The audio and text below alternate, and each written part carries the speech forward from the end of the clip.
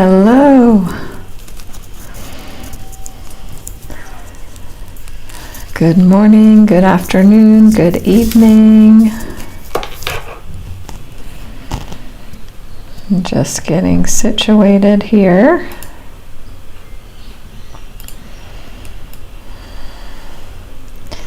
How is everybody doing today so far? Welcome. We are live on this Friday, March 20th, 2026. So let's just arrive here and now together. Taking a breath or two. Hello, Elaine. Welcome. Good evening. From Wales. Great to have you. Is it your first time?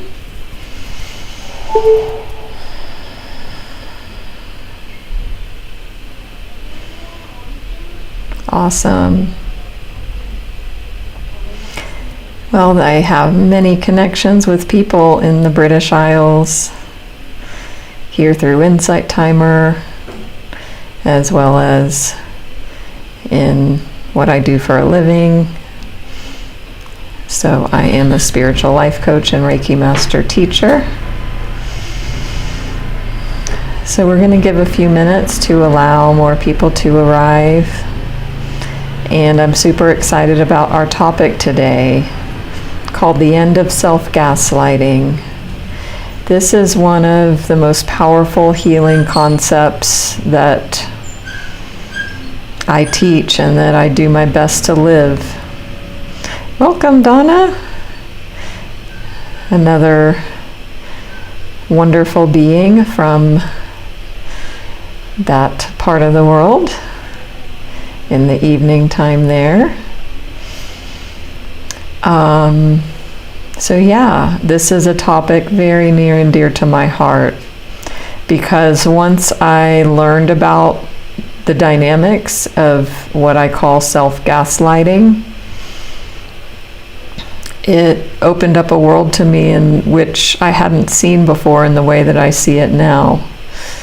And it has made a difference in my serenity and my peace and my relationship with myself and loving myself as an action, not as an intellectual concept. So we are going to be diving deeply into that today. Welcome, Christy from New York. Good afternoon. So let's just take a moment together, a mindful moment, as people continue to join in, and just feeling deeply into the experience of the body right now. And just noticing, pausing. What does it feel like to have a body, to inhabit a body? How do you know that you have a body?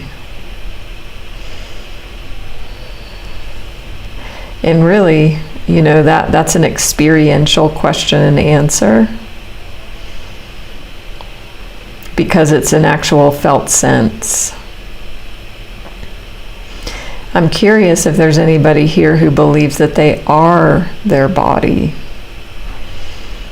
because that could be an insightful discussion.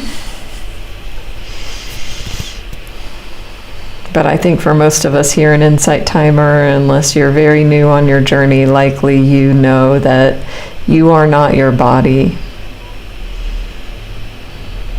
And that there is something greater, something timeless, eternal, and infinite.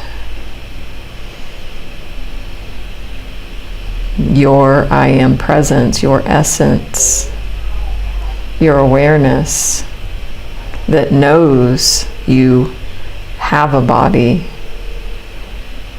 can observe that experience. So just take a moment now and feel into that I am presence. And it's something to, again, experience and not intellectualize.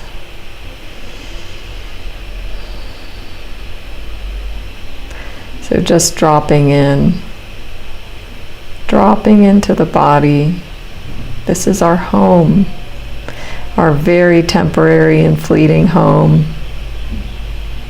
You are welcome, Donna. You are so welcome. It is an honor to share with you and everyone here. And you know, I say this often, that we're the only sentient beings on this planet that have knowledge of our own death, as far as we know that it will happen. Animals, they don't have that level of awareness. We do. So of course it can be a double-edged sword. But we know the reality. We just live as if we're going to live forever, even though we all have the knowledge that the opposite is true. And this is not a topic like to be morbid about. It's actually just reality. And when we can ground ourselves into that reality, it actually makes our moments living here much richer and more present and beautiful and fulfilling, because we're not taking it for granted that we have this limited time. So, these are some of the messages that are wanting to come through, and I'm letting them flow.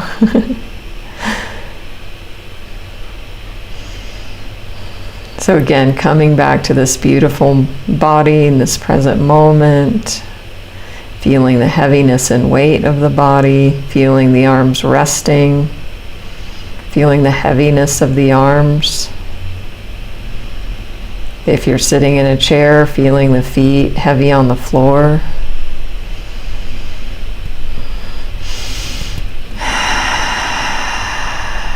Taking a mindful breath, and just, if you are blessed enough as I am to have clear lungs and clear breathing, wow, what a fulfilling experience that is.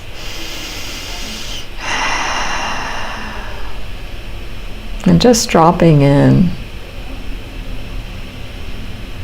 to appreciate just this very simple presence.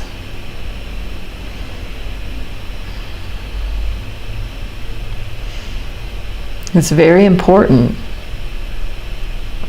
because the way we live our moments is the way we live our life. So to slow down just for a moment here together and really drop into actual reality with a capital R is going to ripple outward and help you to train or retrain yourself to be able to bring this quality and level of attention, awareness, and presence into your future moments.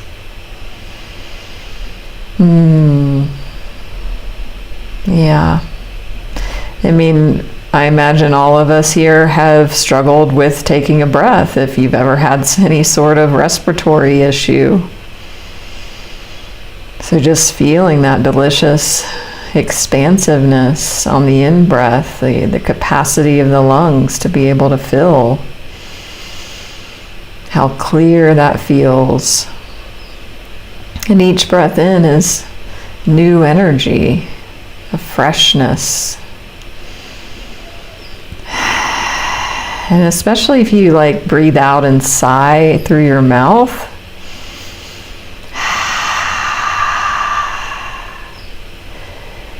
for me that brings a more deeper exhale and feels more like an energetic release of what no longer serves me. Hi, Britt. Yay. So glad you're here. So just on the exhale, just letting it all go, letting everything go.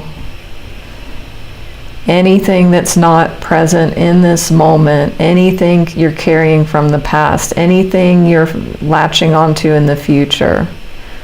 Just on that exhale, releasing that energy. And the inhale is an anchor into the here and now. And maybe you want to yawn. And yawning, isn't it wonderful to yawn? I always say when yawning comes up, because when I channel Reiki, it happens often, that it's a very wonderful signal of the body that the body feels safe. Because it's the parasympathetic nervous system kicking in. So, just a few moments of grounded presence and awareness as we continue this live stream and dive into the topic for today. As I shared in the beginning, it's called the End of Self-Gaslighting. And if you are new to me, I'm Natalie, spiritual life coach and Reiki master teacher. I've been a teacher here on Insight Timer and a life coach for over 5 years now. Well, a coach for over 5. Next month will be 5 years on Insight Timer as a teacher. I've probably been 15 years as a user on the app. So I'm eternally grateful to Insight Timer. And I always love to pause and just feel into and share that gratitude and appreciation for this app that has helped millions of people with peace and presence and community and spiritual growth, knowledge and wisdom and practices and connection. So if you haven't already, please give me a follow here on Insight Timer if you care to. I have a group called Natalie's Healing Circle here that you can also follow and join so we can stay connected in between sessions. I've got a number. I'm looking at my list of things that I can share on the screen of free and premium meditation tracks.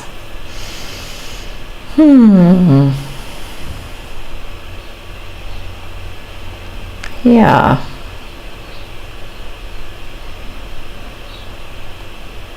Oh, interesting. Okay, I'm just, okay. Getting a little distracted by what I have in my list. But I will tell you, my next live stream is my traditional card reading with Reiki and Ancestral Clearing, and that is March 22nd, which is Sunday. I'll share that on the screen at 10:20 a.m. Eastern Time. So join me there. I'm also doing a trauma bonding live stream that I'm super excited about. That is March 27th, so I'll pop that up. And then we're going to be doing a live that I'm also excited about called Toxic Shame, what it is and how to break the cycle. So I've been studying John Bradshaw. He wrote this book a long time ago, Healing the Shame That Binds You. So yeah, things to come. And please follow me on YouTube, Facebook, Instagram, my website. You can find all of that in my teacher profile link tree link here, or just search my name and I come up immediately. I have also started an Etsy store with digital download workbooks around toxic relationship healing and recovery. So if anybody is in a transition of ending a relationship, or wanting to get out if you're stuck in one, or maybe you've had a breakup and you're still not over it. I have a number of resources that I have created. So you can find me on Etsy. And I'm super excited about having all of those resources. Yeah, because we need help with that sort of a thing. Breakups and toxic relationships. And if you've grown up in any sort of dysfunctional household, which 98% of us people on the planet have, then likely we've had some sort of experiences with toxic shame, with abuse cycles, with anxious attachment and avoidant attachment styles and trauma bonding and all of those juicy topics. I also do have a codependency recovery workbook as well, because it's all tied together. So, awesome, Donna. That's wonderful to hear, and thank you. Thank you so much. So, self-gaslighting.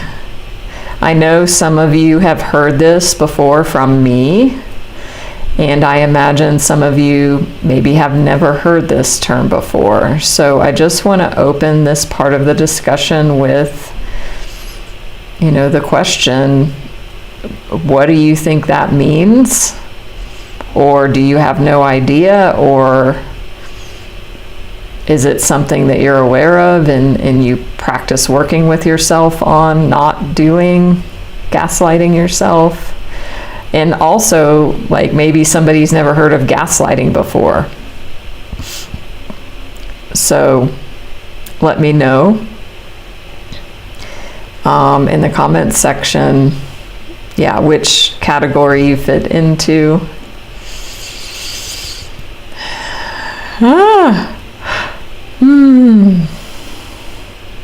Juicy, wonderful yawn.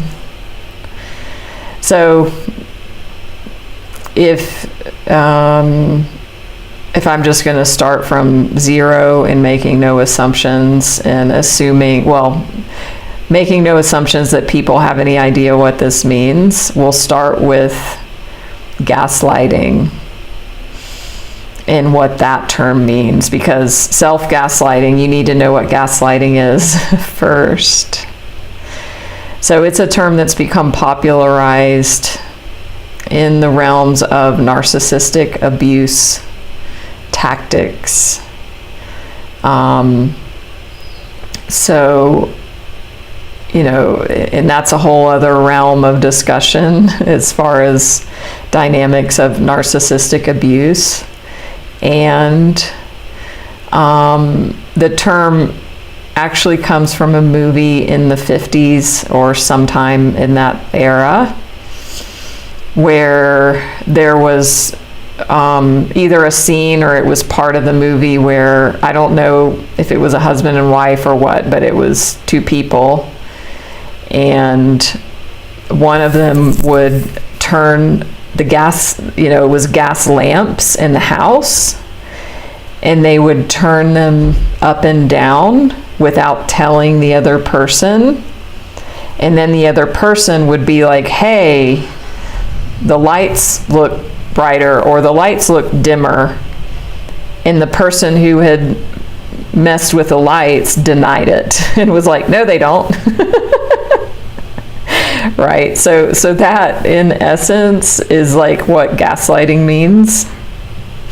So Donna, you have noticed now that you've learned about this, that you have been doing this self-gaslighting without realizing it. I can also raise my hand to that. So that's where the term comes from. It's basically a denial of somebody's reality. And again, it was popularized with narcissistic abuse, which traditionally or primarily people look at that through a romantic connection. but now it's been expanded. There can be, if there's a narcissist, like whoever they are involved with, there can be narcissistic dynamics with. So, my mother is that.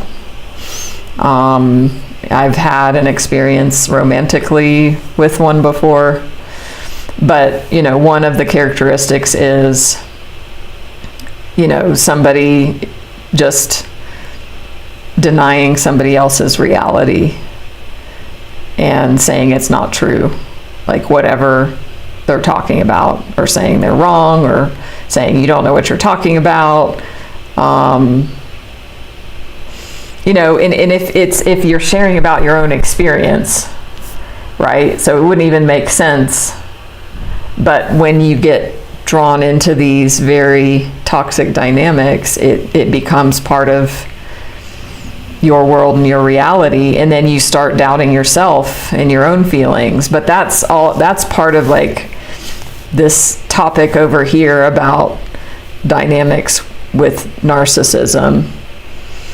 So even if you've never had that, everybody that has grown up in a dysfunctional home gaslights themselves. So that's where we're getting to. And I wanted to set the stage for what does gaslighting mean, and then what self-gaslighting is. Oh, yeah, Donna. Yeah, and that's such a common and well-meaning experience, that thinking that if you just did things differently, that the dynamics would change. Yeah, because it's too painful. And it's out of our control if it's actually about somebody else. But if we blame ourselves, then it's like, well, then I can do something about it to make that change. But the reality is that doesn't work if it's this, the abuse. So, and I don't, like, gaslighting and what I'm talking about is part of abuse cycles with, abusive people. But if we put all of that aside and we're just looking at ourselves now and our relationship with ourself, and then we look at, okay, how does everything that I've just been saying, how do we apply that to just ourselves in our relationship with ourselves? What does self-gaslighting look like? Hi, Jess.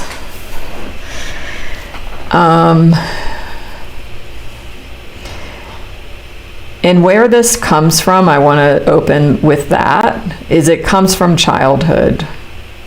It comes from childhood common disciplinary tactics that parents use because it's generational. How somebody is treated in their childhood, unless they do a lot of inner work, they're just going to do the same things to their children.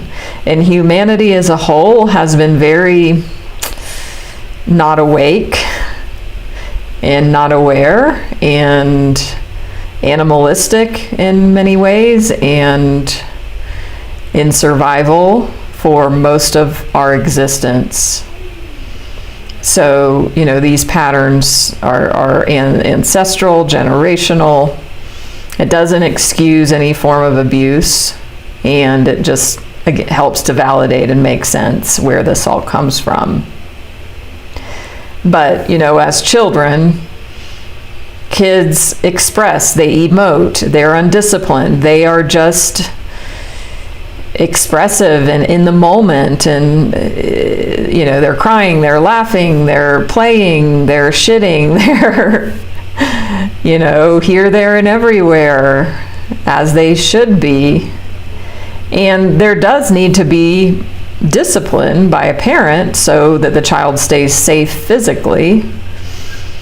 But things go off the rails easily, when it's, parents or caregivers start coming in with, stop crying, stop being a baby, you're getting too upset. you cry all the time, you laugh too much, children should be seen and not heard. All of these sorts of things that most every one of us have experienced ourselves are at the roots of self-gaslighting. Because, as a child that's acting how they act, and unaware and unconscious parenting or caregiving, it's all about shame and blame and guilt, and that the child is wrong for how they feel, if they're upset or if they're too upset according to the parent. So what happens is that we then internalize all of that, and then we just continue it. It's unconscious. It's our subconscious programming. So it turns out that voice, that critical parent voice becomes our inner voice.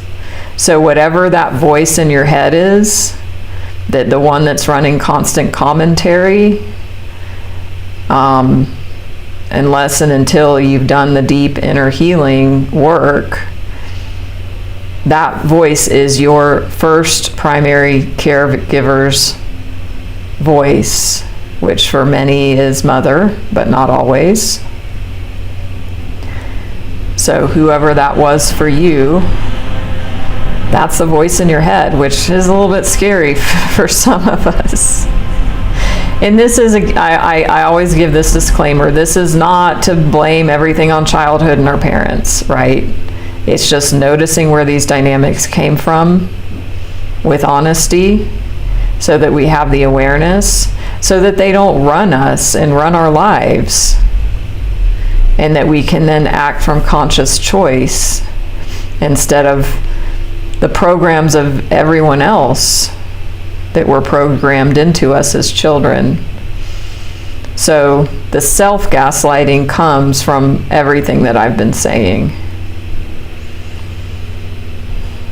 where we beat ourselves up, we're down on ourselves on the inside.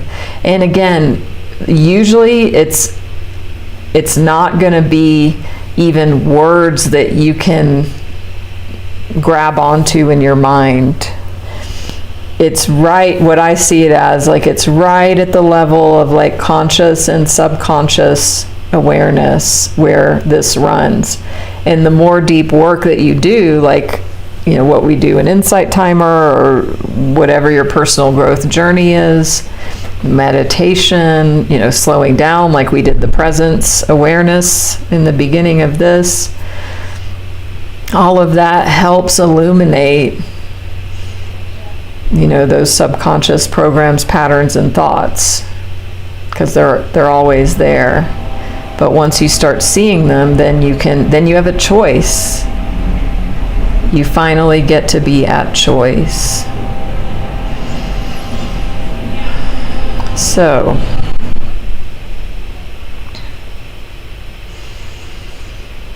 how many of you can identify a pattern of being against yourself internally for your entire life? And again, this is a little bit of a subtle stance, but it's here for most of us. And it comes from that childhood dynamic of having parents that constantly are, don't do this, stop doing this, don't cry, blah, blah, blah, blah, blah. Betsy, hi Betsy, Britt.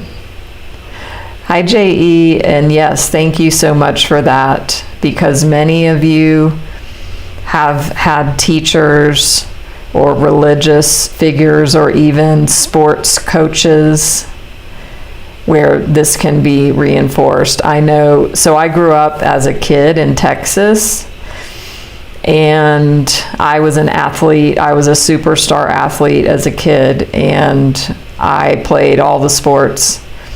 But I remember my soccer team I mean, this was very competitive. You know how Texas, like that Texan attitude about everything is usually.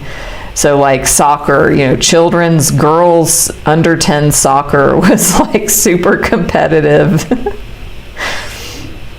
And I was always on the bench. I mean, I was better as an individual athlete rather than a team athlete. But anyway, I was on the bench a lot, but I wanted to play. I wanted to play all the time. I wanted to be in on the game. And I still remember, so if anyone's played football, soccer, not American football, you know, like the coach is walking the sideline and coaching, and what we did as kids is, if you were sub on the sideline, you would be like following him around, hoping he would put you in. And my coach would just ignore me, and he would always have his hands on his hips, and his elbow would hit my face, and he would ignore me. And I was so eager to play. I mean, it hurt, not hurt physically, but it hurt me emotionally. But I was just so eager and innocent and just wanted to play. And he would get mad and gruff, and, you know, I was scared of him, and, you know, those sorts of things affect us. So, and then that gets internalized, and then it becomes a belief that I believe about myself, right? So that story wanted to come out. Donna, always feeling not good enough. Hi, Julie. Yeah, Julie, that's a great point. And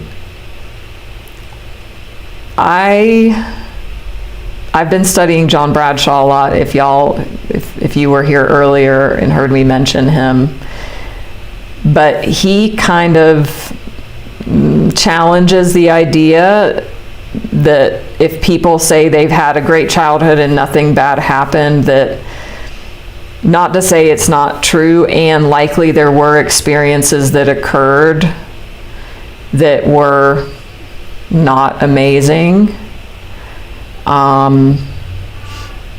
That maybe if you know, the person was in therapy or got to really dive in a bit with it, that they might see things differently. Because I've said that too. Actually, I've been like, I had a great childhood. I have believed that. And yet then when I'm diving deeply into all this more now recently, I'm like, actually, that was my perception, but looking at it differently, I was like, oh my God, I was scared all the time. My parents were going to divorce. I worried every night, you know. They fought all the time, like, and there was also good things. So that's my reflection on that. Elaine had strict mother, teachers, peers, relatives. Yep. Oh, thanks, Britt. Yeah, and I mean, there's cultural stuff as well. You know, I mean, just whatever gender roles as children, which that's, you know, loosened up a lot in the past few years, which is great for children to be able to be who they feel they are. And, you know, it's not that the boys have to wear blue and they have to play outside with G.I. Joes, and the girls wear pink and they have to play with Barbies. Like, that stuff has lessened a lot. So coming to now, how does this all show up right now? And I also want to speak to it as far as for those of us here in spiritual community, because the spiritual aspect, when you get onto this spiritual journey of awakening, it's wonderful, and it can add a sticky layer, because we will spiritually bypass ourselves and gaslight ourselves with spirituality. does that land?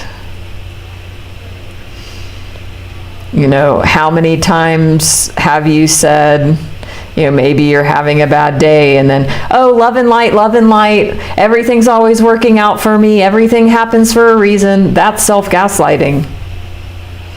I'm not saying not to think positively, but when you just jump immediately into solving like that, you're doing that because you're discounting your experience and not allowing yourself to have whatever your experience is in that moment. Hey Sherry, hi Trish. Yeah.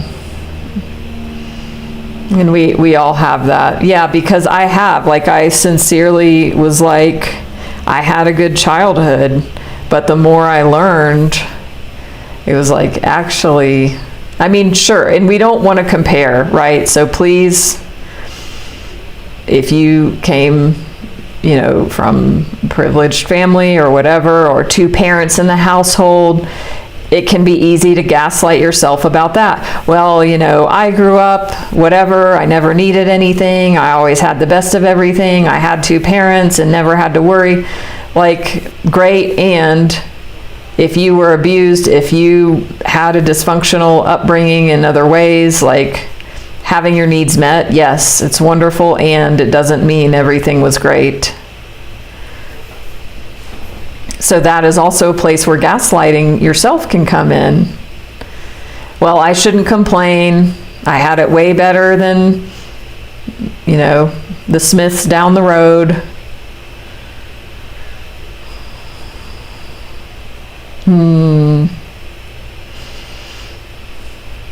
Yes, exactly. I mean, I know you all have heard we need to feel it to heal it, and it's so true. So I always share this example about my own awakening to my own self-gaslighting, because it really was a spiritual awakening moment for me, in that my own life coach that I was working with at the time, he was the one that pointed out I was gaslighting myself and invalidating my experience everywhere all the time, and I had never seen it. It was a blind spot. And so we talked about it, and we had this very powerful coaching session where I was awakened to this blind spot I had never seen, and I was like, oh my God, I do this all the time. I'm always doing this. I didn't even know I was doing it. It was just part of my programming. And so he was like, start watching for it. And I was upset about something in my life like a few days later, and deeply upset, and I was kind of in denial about my level of upset, and I was trying to just manage and cope, which is just what we do, right? And I sat down to meditate in the morning for my morning meditation, and I just had this tightness in my chest, and kind of doing it because I feel like I had to and get through, and you know, maybe I could feel better after meditating. And I realized I was like trying to power through, and I was discounting and trying to step over how I was actually feeling in that moment. I was not allowing myself to feel the deeper layers of my experience. And there was a lot of resistance, inner resistance, that I didn't even notice, as I was just trying to sit there and be like, okay, breathe, focus on your breath, be in the present moment, feel the body. And it was all this pressure. And then I was like, oh my God, I'm gaslighting myself. I'm making it wrong. I'm not letting it be okay that I feel like fucking shit right now. And I'm just feeling like I'm holding it together. And the minute that came, I burst into tears. and the floodgates opened of what was underneath. And I allowed myself to feel what was, and then I started using these very powerful end of self-gaslighting phrases. So the phrases are, it makes sense that I feel this way. I mean, the thing that I was upset over, it made sense. I feel this way. Of course I was upset. I was deeply hurt and upset. And see, part of the spiritual bypassing thing that happens when you get onto the spiritual path, it's kind of like a denial that happens. And it's just like, okay, meditate, you know. But if I'm doing that to jump over my actual experience in the moment, I'm denying my reality. And we don't want to go into other extremes where it's just like, oh, like we're just in a pile on the floor for days. But you know what? If you work with yourself and you end this self-gaslighting with these loving compassion phrases, it moves through you, and you process the emotion.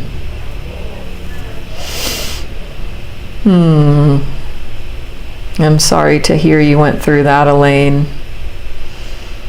Feeling like you were never enough for anyone. And of course that translates to the core belief that so many of us have, I am not blank enough. And you can say young enough, pretty enough, smart enough, whatever enough, but then you just take away the blank and I'm not enough.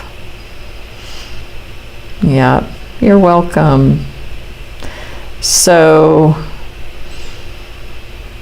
I invite you all just to think about your own experience today, right now, and what flavor of self-gaslighting might be here for you. Maybe you're judging yourself and your performance at work. Maybe you're judging yourself and, it's a beautiful day and I feel like just laying on the couch and not talking to anybody, or I should do this or that, or I shouldn't do this or that, right? I mean, it could be any sort of self-judgment,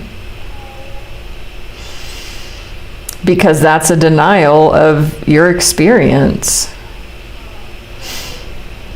Yeah. And we should on ourselves.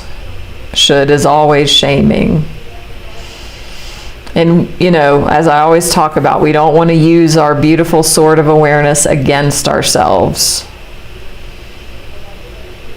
So that's where the self-gaslighting, the healing of that comes in. And I always put my hand on my heart and I talk to myself and I say, sweetie, it makes sense that I feel this way. It really makes sense. So I want you all to do that. You don't have to do the heart thing, but whatever your experience is right now, whatever you're struggling with, whatever you're judging yourself for, wherever you're thinking you're not enough, or you should be better or different, or maybe there's guilt or blame or regret. Maybe you're in resentment to your, somebody toxic or dysfunctional in your family or in your life. Like, it could anything, right?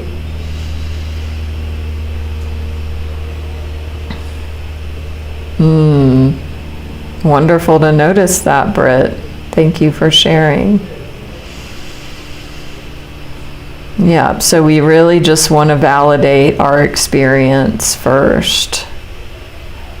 And it's not about fixing, because the fixing, that's the gaslighting in disguise. That we do this to fix it and make it go away. So that's a very subtle layer that you want to watch for. We do this unconditionally, to the best of our ability, in the moment. And just be like, it's totally understandable that you're so upset. You can do it second person, first person. It's totally understandable. I'm so upset right now. It makes sense. I'm super disappointed and let down. You know, given the situation, of course, I'm going to be really sad or angry or hurt. And, you know, you can use a pet word for yourself. I call myself sweetie, that part that's wounded. And really, this is inner child work in a sense. And you can imagine that if you want. But you don't have to. You can just keep it like this. But another phrase I like to say is, tell me all about it, sweetie. Because so many of us did not get the tell me all about it as children. There were not caregivers that gave us space and time and said, sit down, tell me all about it. Tell me how upset you are. Oh, yes, I'm so sorry. You're so upset. We didn't get that. So we got the discipline. We got the shame.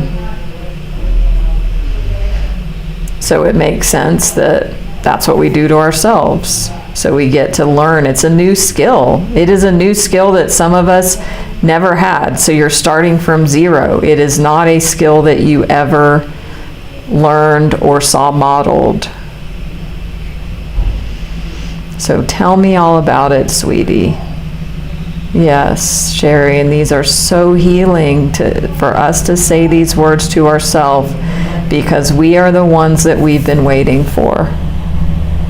That parent, that caregiver is never going to come and give us what we didn't get. Yeah. And that's a terrible experience for anyone, Britt, and I'm so sorry that that happened to you. And I'm so proud of you for everything you've overcome. And of course, there's always more to go. So tell me all about it, sweetie. Because that's not fix-it mode. That's holding space. I'm here for you and I'm not going anywhere. I'm here for you and I'm not going anywhere.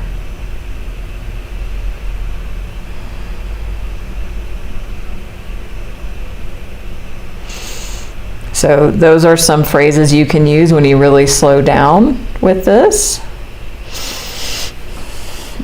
Wonderful. Thank you. And I'm so glad.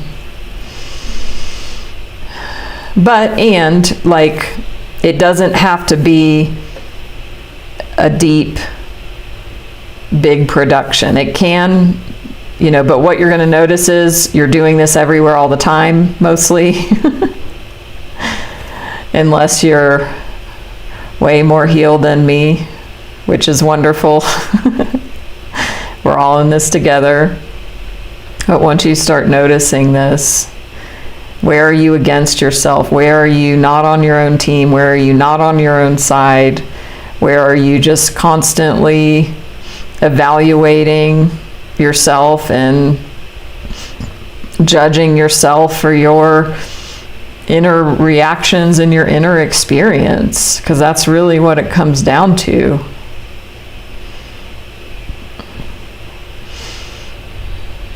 It's like even in, say, the grocery aisle, and you're waiting and you're impatient, and then you're like, oh, well, I shouldn't be impatient. I could use this moment to be present. That's spiritual bypassing. And then, it's like, okay, it makes sense. I'm impatient right now. It's understandable that I'm not having a lot of patience. Yeah, given everything, it's okay. It makes sense that I feel this way. it's just like this soothing balm that it's like an energetic release.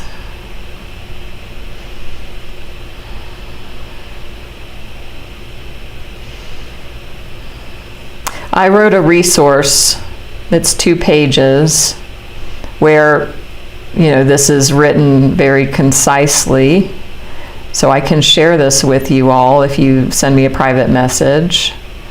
It's also got a part in there about loving accountability. Because, basically we're reparenting the inner child here.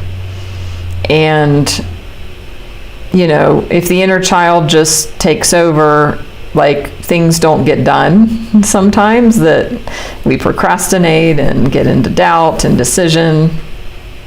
So, there also is a place where there can be loving accountability, where you speak to that part of yourself. If you're stuck in resistance, in action, self-blame, you can say, I get why this feels hard. I'm still here and we can do this. We can move forward together. You're not alone. I'm here with you while we figure out what's next. So it's partnering with that wounded part. I want to see if I can find, I've played this before, I think only once, but it's just this video that's like 3 minutes, and it, to me, just blew me away to hear, like, this is the best parenting I've ever heard. And you can tell, like, it's not just one tiny moment, that this child has been super parented, and that this child has more emotional maturity than most adults, if I can find it. But it really gives me hope for humanity, honestly.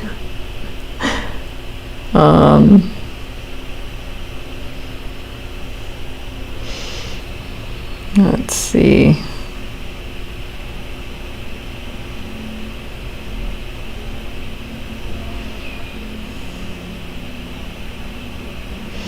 I must have saved it a few years ago now.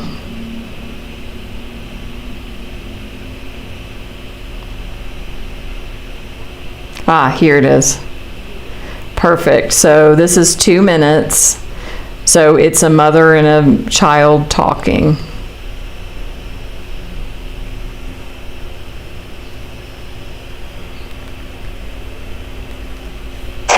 You hurt my feelings by not going outside, so that's why I didn't want to make this a small choice. Earlier I couldn't go outside, so I was still a little sad. Yeah. But that was a consequence. But after I was a little sad, I was a little bit upset. More than a little. More than a little upset? Yeah. We all get upset sometimes. Yeah. We don't get what we want all the time. Mama also don't. Papa also don't. But it's hard for babies to do that. Earlier, baby dropped the plate and Papa got angry at her, and they told Papa to make this. I told Papa to stop breathe slow and make a small choice for Papa. And then did he do it? Yeah, but earlier I chose to be a tiny bit mad, but after a while I was okay. You were okay? Life is like that. We get upset, we get mad, we cry. That's emotions, Mama. That's emotions, I know. And then we feel better after we cry. Yeah. You do, even when you're upset or angry. Always different kinds of feelings. Even though when you're scared. It's another emotion. Yeah, a different kind of emotion. No, I was wrong. Today, I had all the new emotions. Yeah, Yeah, it is today. that's okay. But it means, We're learning. even when I was that mad, you still love me that so much? Of course. Always. Yeah, I love you. you get...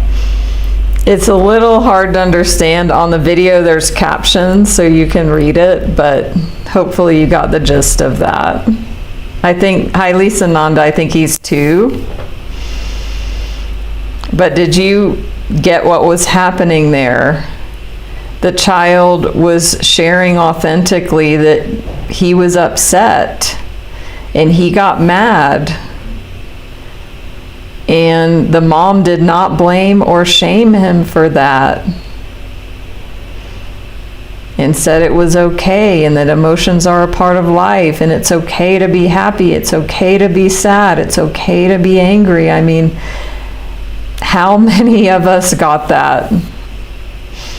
I mean, it's like, I wouldn't even believe that a child could say that if I didn't see this and see it, you know, it's not staged, it's of course, it's like totally natural. And wow, thank God there are people waking up and parents, you know, breaking generational cycles.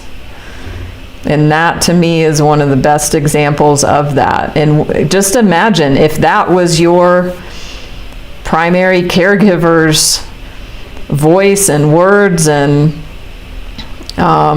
way of being.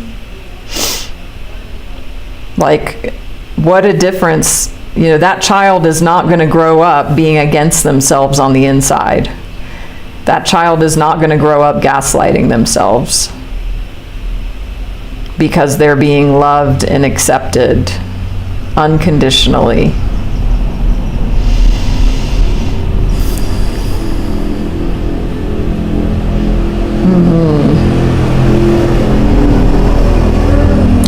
Hi, Alyssa. I'm just seeing your comment now. And you know, there is something to be said here. You know, there's all different ways to do things, and it's all wonderful, right? So, you know, I've been a student of Joe Dispenza. I mean, he says, you know, change your state of being, change how you feel, rewire yourself, and, you know, be in the energy of who you want to be and how you want to feel. And it's like, yes, and there's also this, you know, so you get to play with whatever works for you and take, you know, I've been on all different paths. If you live this as your lifelong journey, you'll try on many things. And it might be a combination. It might be like, sweetie, it makes sense. You're so hurt right now. It's okay. You're upset. It's understandable. Given everything, given the situation, given your life history, given everything that you've been through up until now, of course you're upset. It's okay. I'm here with you and I'm not going anywhere.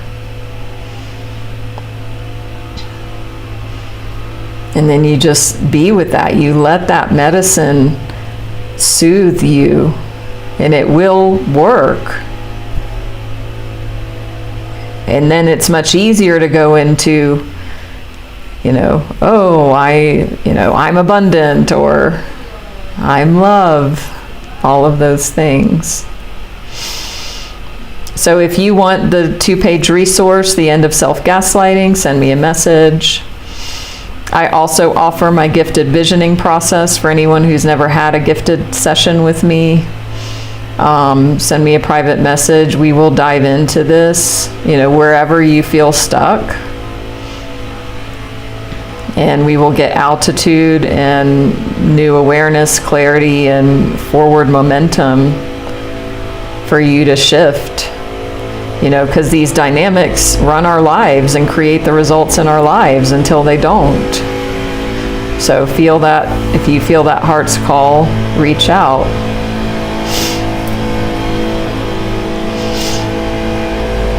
Yeah, Britt, what a wonderful question. So it's a popular saying, fake it till you make it. I don't know. What would you say? Again, I don't think there's a black and white answer. I don't think there's a right or wrong. I think, sure, yes, and also this too. How can it all exist? And it might be different on different days. You know, that there's a school of thought of like, take the action, you know, regardless of how you feel, and power through, and, you know, yes, that's great. And also, you can use this as well. To me, it's loving compassion. To me, I see so many people that I work with, and I'm included in it, of like, it's easier to have compassion for other people and not ourselves. And so for me, this is an accessible way to apply the medicine of self-compassion to myself, when traditionally that's been difficult. Oh, just love yourself, just have compassion. This is a tangible way to do that. JE, yes, all of my sessions are on my channel, recorded. If anybody wants the link, you can send a message. Hi, Madeline, welcome. Yeah, and if anybody's just popping in and wants to catch the replay,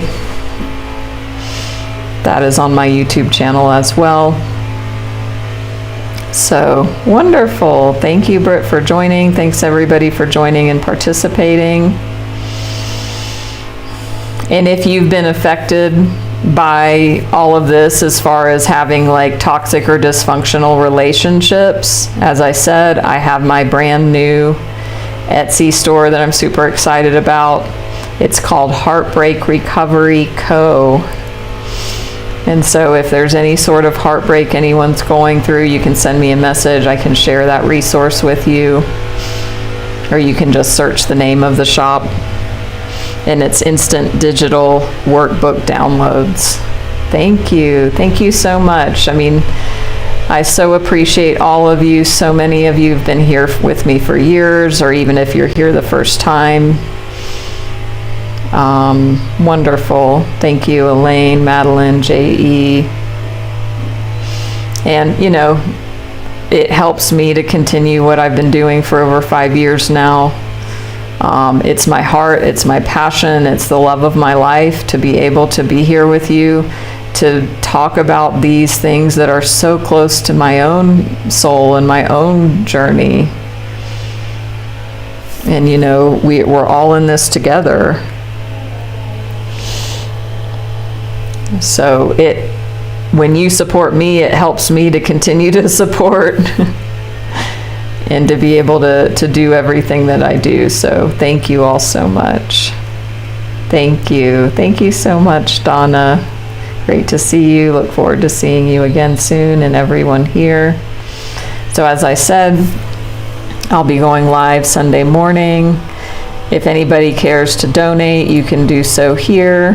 There's a pop-up on the screen.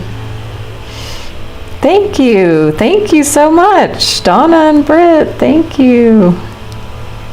Thank you. And here's my follow card if you care to follow me. Yeah, Madeline, if you feel that, definitely. And if anybody wants the direct link to the replay, send a message.